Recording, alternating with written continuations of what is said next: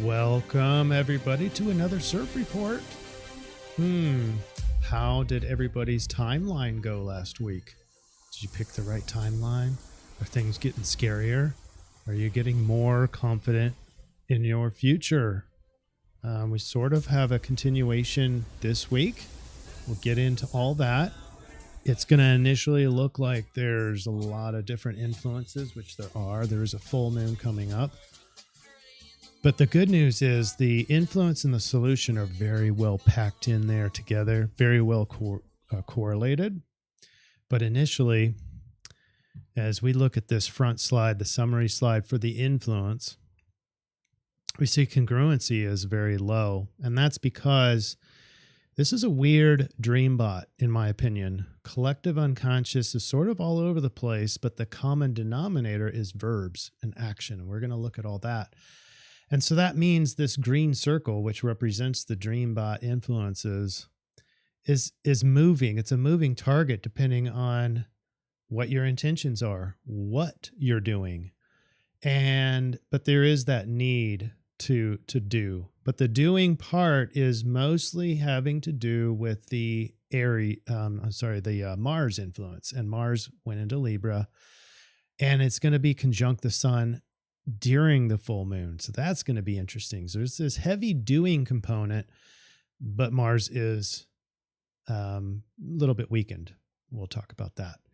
Then that's why the I-Ching, I think, says propriety. In other words, the need to be proper, the feeling like you're being judged or you're prejudging yourself before you even carry out the activities. So it's sort of like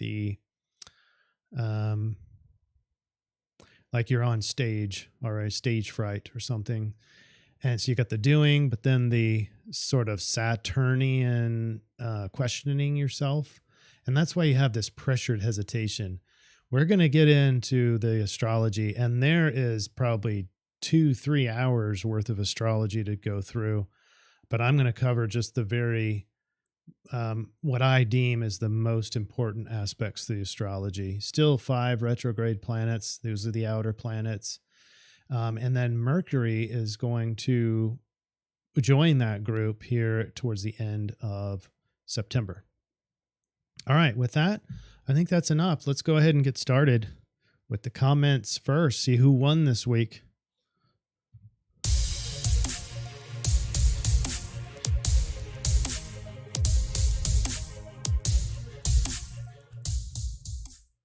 All right, getting right to it.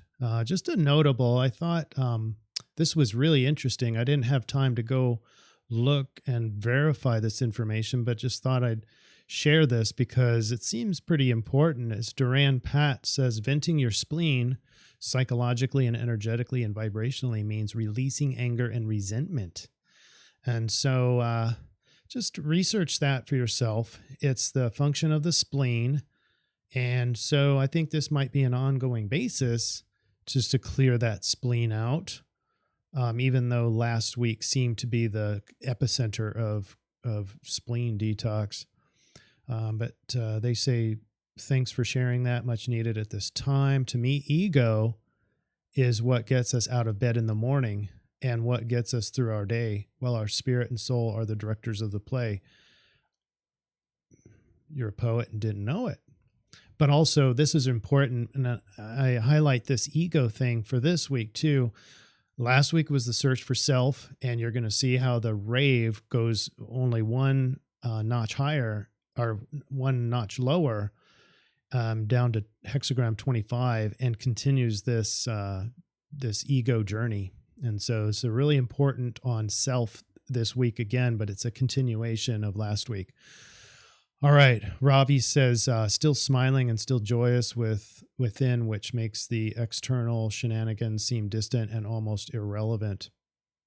That's so important. I think that is the part of what the timeline was from last week. And she even says it is indeed the time of reckoning, which is also part of that timeline concept. So thanks. Shout out to Ravi for demonstrating that in and amongst this chaotic world that we live in, all the complaining that we do daily shouldn't stop us from living our life, living our highest life available, and living with purpose and finding that joy.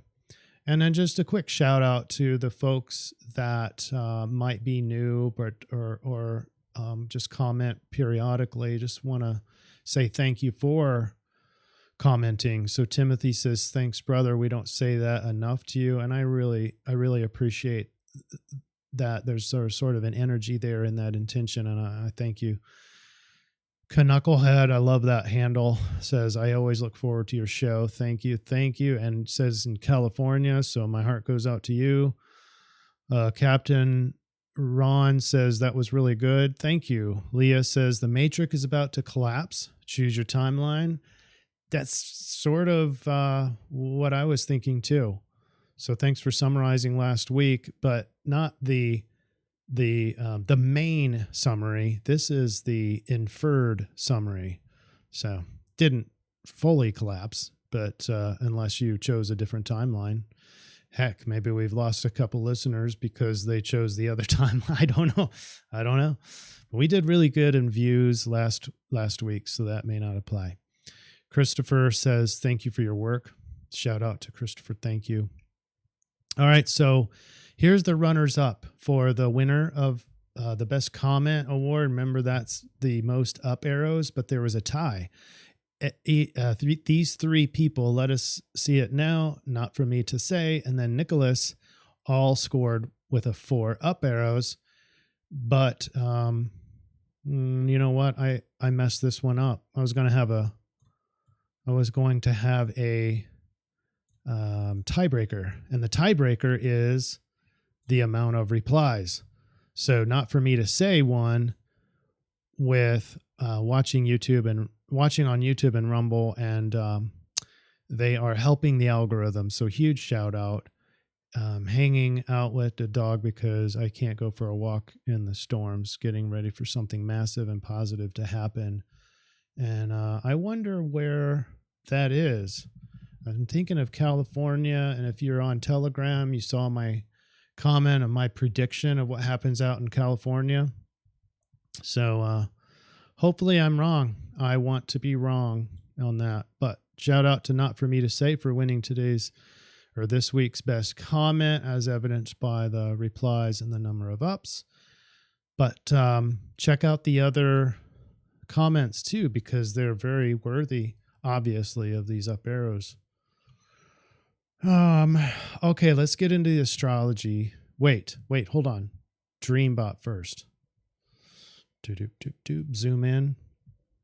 All right. As you can see, I only have one set of arrows. It was just really hard for me to conceive of other patterns in here. And it was pretty obvious seeing all the INGs, the wondering, the entering, the diving or driving, parking, sort of a transportation thing, which is also doing or going. But it's mainly just action. Pay is a verb. Look at all the verbs. And that's the most common thing. Now, if you can make sense of the top words, I just couldn't seem how to put all those together. Camp, company, final, closely, pile, meet.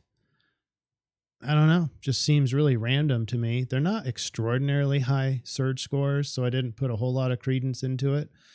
But overall, it feels like action and sort of traveling action. So there's a moving about the space sort of action. And then there's 2 linguistic sets that seem meaningful to me. First, number 1, parallel water, narrow, nearby, running. And what I inferred here is that we're supposed to watch the water. I'm thinking that it's a hidden, narrow, but like parallel. So watching the water, the main headlines, for example, is there might be something else happening alongside having to do with water. So watch out for that. And then linguistic set number 2 says force, early, universe takes hill. So this is, to me, inferring the winner. It's the universe, but the early force of the universe. And there's, depending on what your spirituality or religion says, Christianity would say God started the universe. Atheism saying it would be a sort of like an energy explosion, I guess. But other theories like Zachariah Sitchin would say that we're started by a genetic mutation manipulation from an alien race. Whatever it is, this force, whatever was early that created the universe, is going to end up taking the hill. So we're going back to maybe a fresh start.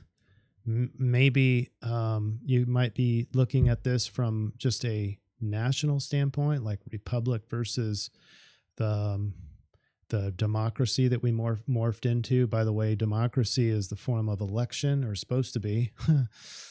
But the republic is our form of government. They've programmed us to think that our form of government is democracy, and that's not what you want. You don't want, and that's evidenced by having to have all these special interests everywhere by these small groups. If you're in the minority, then you need this special group that gets powerful to protect your rights. Well, that's a democracy, and that's why we don't want that. We want everyone to be free, equals, equal pay, no matter what sex, gender, orientation, race, ethnicity, it doesn't matter. All equals, all free. And so anyway, I don't see that implied in this linguistics, but you could probably make that argument as well. All right, probably spending too much time on this. Here we go. Astrology. Not much to see here. There's that same square. I got to point that out. Saturn square Uranus that is still chugging along, and that's producing pressure. And the creativity, eccentricity, and change of Uranus and anti-establishment is competing with the way things have always been in government of Saturn and the way things should be-ish, or the ideals. And so you're going to just see that constant rubbing each other, facing off on each other for the foreseeable future. And we're going to be talking more extensively about that. This is going to be one leg of a T-square. Yes, and I know a lot of you want to have some more freeing energy and easy energy, and there is some trines here today, this week, but there's also a T-square. Actually, 2 T-squares. So more pressure, more conflict, but don't give up. There is a great summary, great solution this week. So hang out to the end and make sure you get the punchline of all this, how to orchestrate your behaviors. Let me darken this. So then this is where you've got 28th, I think, around that. Mercury is going retrograde, and you're going to see that right now. It's actually slowing down to about 30 minutes of distance, arc distance per day now, whereas Mercury's normally gets more than that. And then you're going to see it go to a halt and then start to retrograde. Then we've got the sun, not quite in this week, but starting at the very early part of next CIRF week. And it's going to go into Libra. And you can see the manifestation of the T-square. So let's get into it. And this is just starting right off the bat, Thursday the 16th. It's a T-square on Saturn. It's the pressure for being appropriate. It's the pressure of doing things right, the things that you should be doing. That's a whole lot of squares over on this side. And then I had to draw in. I continue to have to draw in this. I guess I could just change my software, but you're going to see a lot more squares that are out of influence. This is in influence because it's going to get stronger here when Saturn returns to a direct mode. Okay, so T-square on Saturn means, well, what is Saturn? Sort of hardship, but propriety. Really, that was the I-Ching, and I know I'm directly overlapping with the I-Ching, but that's what this whole the I-Ching reading is pointing for you is Saturn. And Saturn says you have to do it a right way. You need to do it this way. But there's also sort of hurdles involved and struggling and all that. And so we're in conflict again with Uranus, change, anti-establishment, freedom, eccentricity. And then the other corner is Venus. So now you've got harmony is difficult. It's because Venus is even in detriment in Scorpio. So she's not able to bring peace as well or easily as she used to. She's sort of tired of doing all that peace from Libra. And now in Scorpio, it's more about second guessing and the need for propriety, but segregated from Saturn that keeps you on track and dedication. So you have the pressure, the unknown of if you're doing it right, the second guessing, and then the need for change is in there, but I can't really do it. I can't create change to be lasting. That's another sort of influence here. All right, so the T-square pressurizes and forces you to think about what is proper. Now, what I'm going to do here for the rest of the week, now this T-square, because it's not the moon or anything that whips around really fast. So this energy will last the whole week, this T-square. And I point that out. It's not the tightest of influences. Look, Venus and opposite of Uranus is just starting 6 degrees versus 14 degrees. So it's just started its orb. So this is the very beginning of our T-square. But Venus and Saturn are pretty tight, and you're going to see those tighten up. But then as this side gets weaker, the Venus opposed Uranus will get stronger. So now what I'd like to do with the rest of all these lines, these spaghetti lines, is to figure out what is going to be the tightest. It's going to be the tightest energetically alignment. And those are Sun, trine Pluto. So Sun up here in Virgo at the last quadrant of Virgo, trine Pluto. So that's that search for self again, or that's the transformation of self. It's finding the deep inner power of self. And that's easy. So it's easy to do that. It's easy to transform. It might also feel to the ego like you're dying. Death, because Pluto sort of feels like it's one-sided. It's only one way. It feels like it's death. Oh crap, everything's ending. But it's not. It's also the beginning, and Pluto is the rebuilder. So, but that's the part that's hard to be seen because Pluto is so deep in the subconscious. It's easy to see the terrifying death part, hard to see that it's a rebirth. So you have that for the ego and the identity. And then you have Mercury square Pluto. There's Mercury. You also have Mars is fresh into Libra in a detriment, so weakened. And so your action is, you think about it, Mars is the warrior going into the peacemaker's house. So it's like everything you're doing is you're fighting for peace. So it's sort of contradictory. That's how we get these detriments anyway. And so you can still do stuff. You can still move forward in life. You can still fight for something, but it's going to be sort of a paradox, fighting for peace, for example. Then, like I mentioned earlier, you have Mercury square Pluto. That's tight. That's 20. Mercury, it's 20 degrees, and Pluto is 24 degrees. So 4 degrees, and this is going to get stronger. And so now your thoughts are in Libra, so harmonious sort of thinking and very logical. Mercury, an air sign, in an air sign, Libra, that's very rational, but it's hard to conceive this transformation. It's hard to recognize it.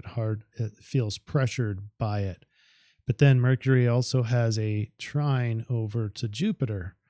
And you're going to see Mercury getting tighter with Jupiter.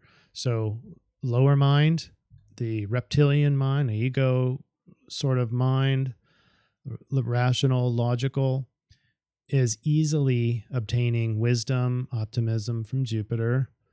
And that doesn't always imply good thing, but it can be excess. It can be easily thinks too much, easily thinks too much about philosophy potentially, or collective good, which is Aquarius thing. And then you have Mercury in conjunct Neptune, which is already pretty tight. It's only 1 degree away. So mind is adjusting to dreams. Mind is adjusting to escapism. You're escaping your thoughts because Neptune is also adjusting the opposite direction. And so your dreams are maybe adjusting to what's logical, sometimes making it very illogical. So we'll continue this, but the focus this week on these tight other alignments is Mercury. So your thoughts and communication and short-term travel. As I mentioned before, now we're in Friday the 17th. That's a tighter T-square on Saturn because Saturn's at 7 degrees and Venus is at 7 degrees. So that part is very tight. The ability for a weakened peacemaker is more conflicted with structure, the status quo, the way things have been, the things I should be doing, all that stuff. It's conflicted, so pressurized. The pressure to do stuff in a Venus sort of way, so creating beauty, it's harder. Everything's harder. This is a summary of what I already mentioned. I already talked about Mercury is slowing, and you can see that and how far it progresses, and it's through its arc each day. But the big focus is Mercury. You have a tightening square over to Pluto. You have a tightening trine over to Jupiter, and you have a very tight inconjunct over to Neptune. And this is all week as well. The focus is on thoughts and with those particular alignments, as well as the T-square, the propriety T-square, I'm calling it. Saturday the 18th, pretty much the same thing. You can see a little bit lighter on the alignments, but the T-square is still in play. In fact, the opposition to Uranus and Venus are getting stronger, but nothing is as strong as Mercury with its square over to Pluto, its trine over to Jupiter, and its inconjunct over to Neptune. All the things I mentioned, those are the hottest alignments. Sunday, the 19th, still have the T-square. Venus is going pretty quick now. And so this leg now is 3 degrees off. So it's still in play, but waning. This is getting a lot stronger. Venus oppose Uranus.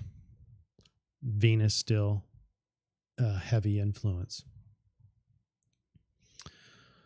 Okay, here's our full moon. There is a lot here, folks. This is Monday the 20th.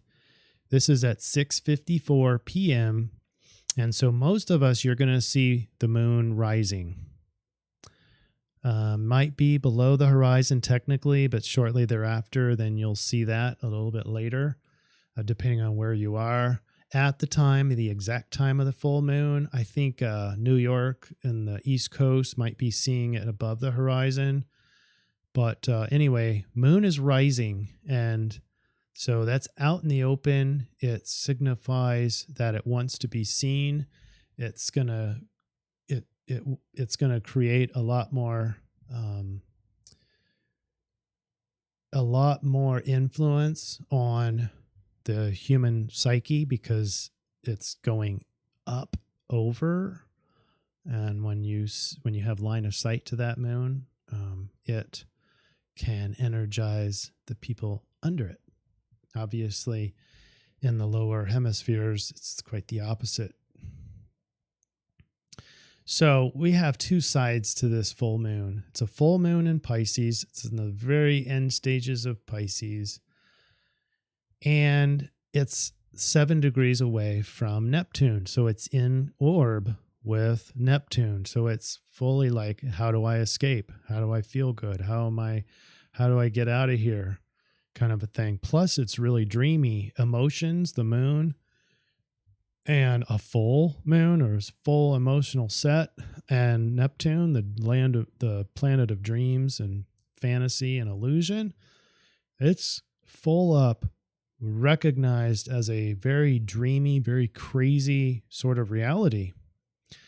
This might be the craziest material, craziest week we've seen this year, perhaps, just because of this alignment. But then here's another contributor.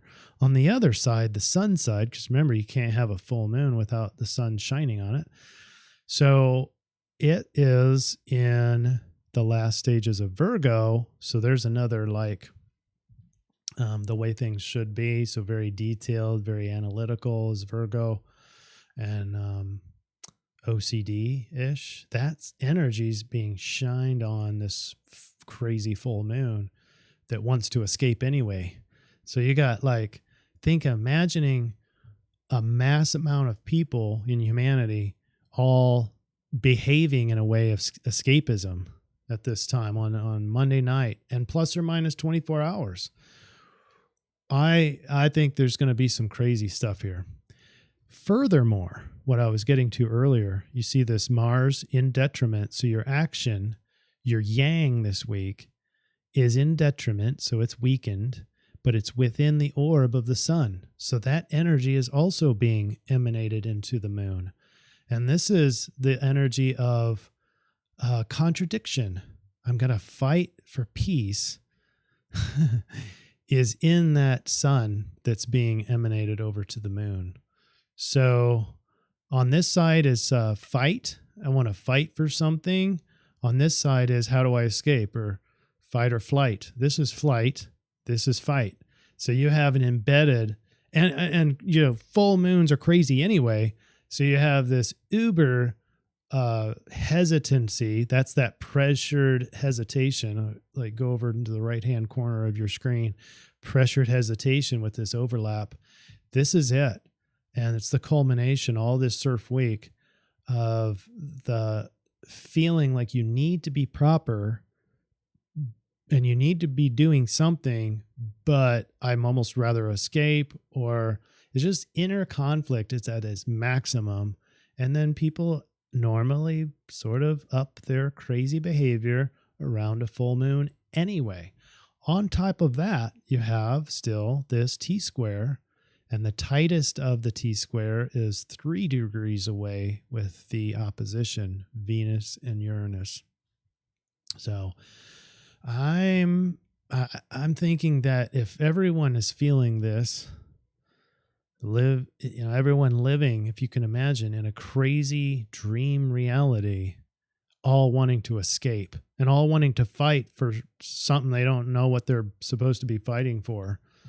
Peace? Am I fighting for, it's like just totally conflicted.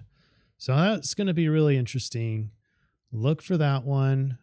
For the folks in the central time zone, which is where I am and making this chart from, is about 7 o'clock at night, but you're not quite, moon is not quite over the horizon yet.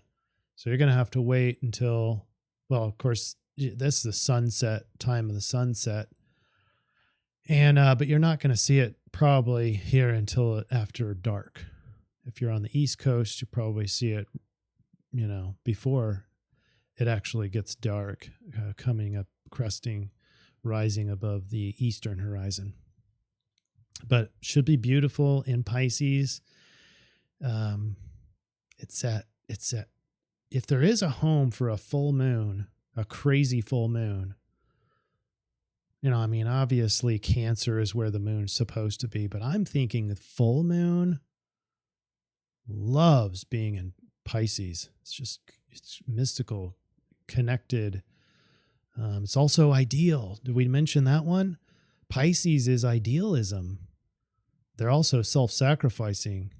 So you've got that conflict in here as well. But it adds to the idealism, adds to this Saturn trap.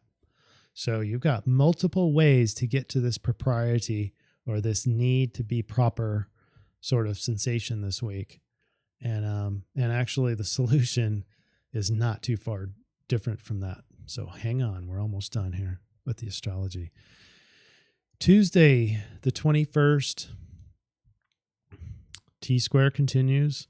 It's starting to lighten up here around the rest of the energies. Wednesday, we add a T-square, so you do have the old Venus. You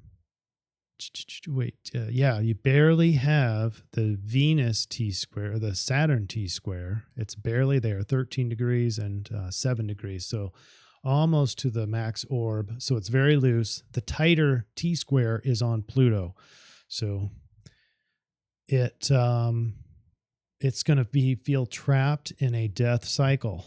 That's the sensation. But you should have to know that, well, you can do one of two things. You can just cognitively realize, well, cognitively is part of the T-square, so that might be hard, but cognitively realize that Pluto is never just the death. Life is a circle, and Pluto is also the rebuilder. So just be patient, and rebuilding will take place, or the new life will take place. Now, this is the last stages of the sun in Virgo, and when it goes into Libra, the sun is actually in a fall. So take advantage of this week in terms of ego, and we're going to get into that in the solution. So hang on there. We have Mars trine Saturn. So now it's easy to do what I'm supposed to do. It's easy to carry out proper action, even though it's sort of contradictive. Mars in Libra,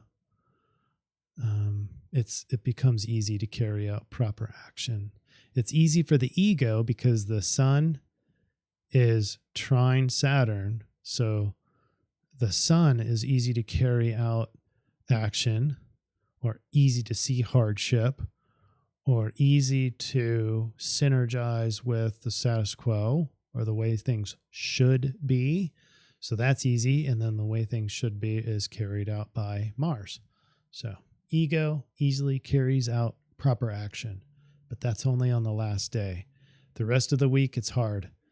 The good news, this T-square with Venus, Uranus, and Saturn are almost completely gone. All right.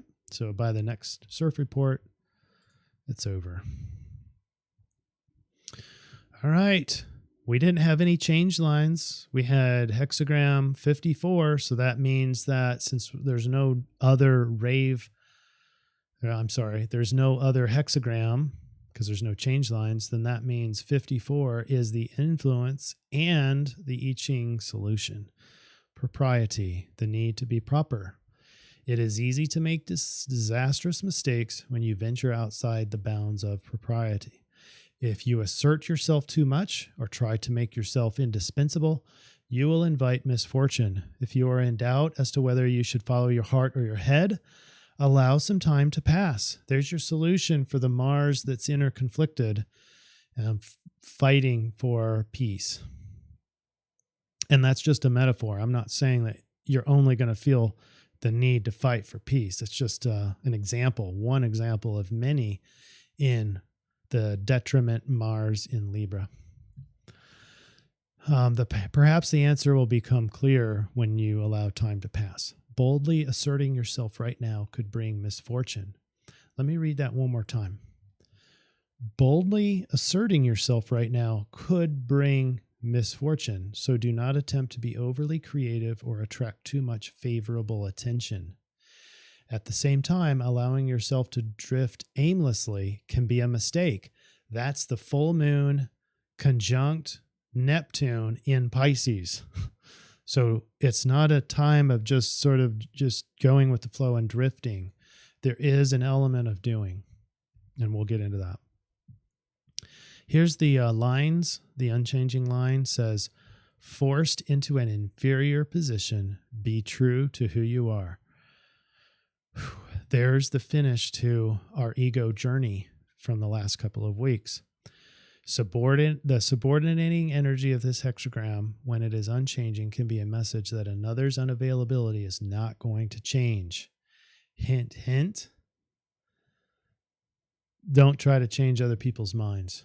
We've seen that in social media. I'm sure you've seen that. People's opinions are that they're trying to wake people up, but they just don't want to see it. They just focus more on just connecting with your highest values, connecting with yourself, looking out for yourself, but also invigorating the lions in other people, the ones that are already through the gates. There can be power gains and manipulation at play rather than healthy subordination. In work, you may be feeling like you are not getting the recognition you deserve. The politics may be such that this will not change.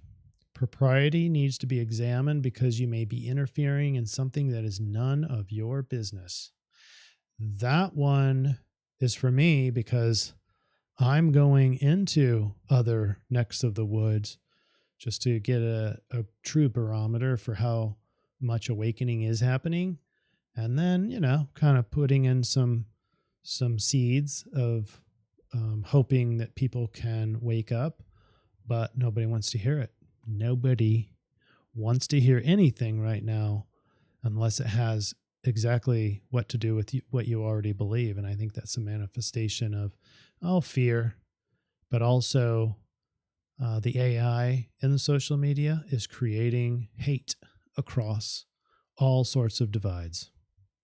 It creates echo chambers, and people get used to those echo chambers. And when the only things that you see on social media are confirmations of what you believe, it makes you overconfident on what you believe. So that's another reason why I try to open up my horizons on social media so I can get other viewpoints and recognize that my viewpoints are not the only ones that are out there, which is what most people get on social media because of the AI. The message can be that you are barking up the wrong tree. However, by carefully examining your principles, you may be able to succeed by ensuring you are taking appropriate and ethical actions. The unchanging nature of this hexagram can show that you're in a holding pattern of your own making because you do have the power to either accept your subordinate position and make the best of it or move on. There's that same timeline thing, but it's your choice. And see whether or not this is a great time to sort of cull the actions that you had before this in basically wasting time. If you feel like making more of this where you don't have the power to change it, you can only accept that you're in a subordinate position, that's fine. It's saying you don't have to change that, or you can just move on. Whatever's true to yourself. Here's the last statement. Being true to yourself is the important lesson you are learning. That's the continuation of last week. So I went ahead and put a definition in here just so you could see that it has changed over time. The quality, here's the definition of propriety. The quality or state of being proper, suitable, appropriateness. Obsolete says true nature. And I actually like that. So propriety used to mean your true nature. I know that's not accepted according to this definition, but I like it. And I'm going to use that. I want to be in my true nature this week. And so that because this definition is more of, like who determines what's proper? It's everybody else. Everybody else that's around and close to you. You're sacrificing your own true nature to be proper to them. And I don't think that is what the solution is this week. Okay. And another obsolete says a special characteristic, peculiarity. So it's again finding your uniqueness, finding your own peculiarity, and being okay with that. And also being polite was in there. All right. Now to our conversion slide. This is obviously the full moon, and the full moon is happening at 28 degrees 14 minutes, which puts us into tropical Pisces, hexagram 25 of the rave, and sidereal Pisces. So this is, you can see that sidereal, in other words, looking up into the night sky, the full moon will be in sidereal Pisces. It's that little area of overlap where it's also in tropical Pisces and sidereal Pisces. It's extra Pisces, extra ideal, extra compassionate, extra self-sacrificing. So the Rave Mandala says this: the gate of the spirit of the self. This quality of love is often projected as cool or cold. It is neither. The mystical potential of this love is transcendent and universal. The spirit is always being tested. This is the gate of scars, of the potential of being wounded. When the warrior fool leaps into the void, it is innocence that must land on its feet. The spirit can be broken, but triumph and survival enrich the spirit and result in the wonder of being. I'll let you chew on that one. Go rewind it and listen to it again, pause, and then just sort of meditate on that. That's what I did when I was reading this. And there is joy inside of the chaos.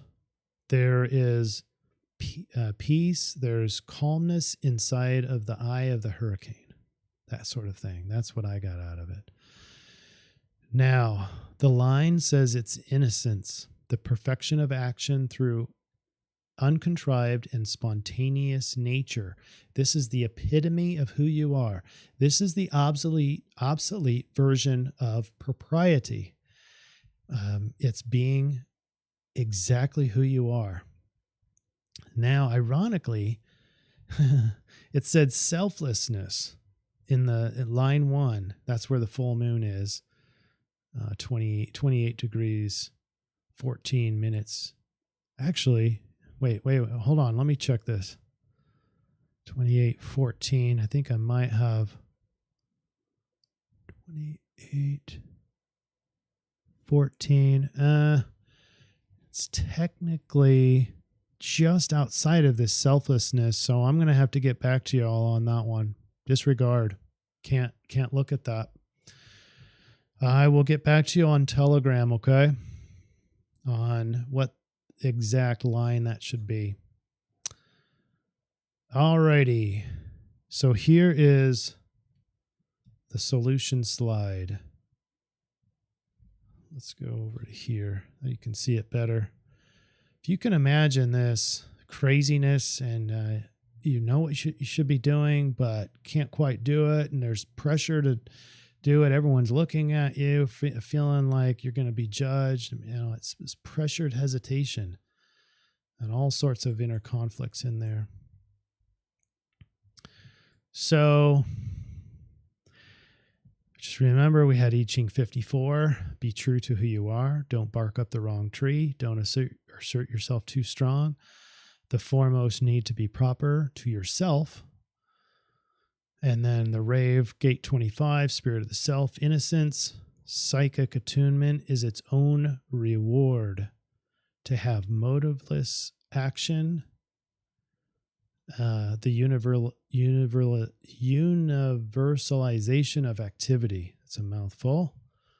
And then Pisces, spiritual, compassionate, idealistic, connected to everything, transcendent, psychic, but it also has escapism, self-sacrificing. So you can see a problem here with self-sacrificing, right?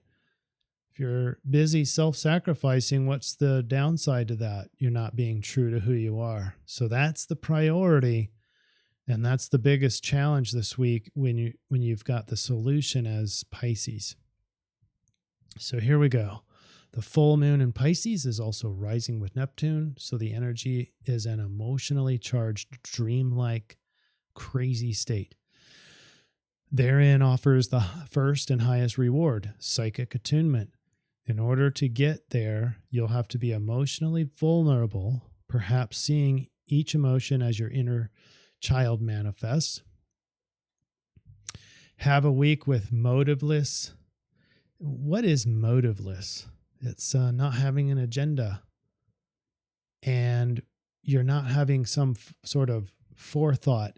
And this doesn't suggest that that's the best way of living, is to just live in the pure now and a pure awareness. It's just this week. This week it's warranted to be so true to yourself that you're not like creating goals. You're just going through life how you need to be going through it. So motiveless. There's no meism in there, but also equally no self-sacrificing in there. Have a week with motiveless action and see how well you can still live your life and take care of yourself. Follow the subtler urges, but be yourself. Don't bark up the wrong tree. Don't assert yourself too much, including when you enact the Pisces gifts, especially compassion. So imagine right now how to offer compassion without sacrificing yourself in the meantime, without being too self-sacrificing. Propriety needs to be examined because you may be interfering in something that is none of your business. But still show the compassion, the connectedness, transcendence, and psychic awareness. It's not a do-nothing week.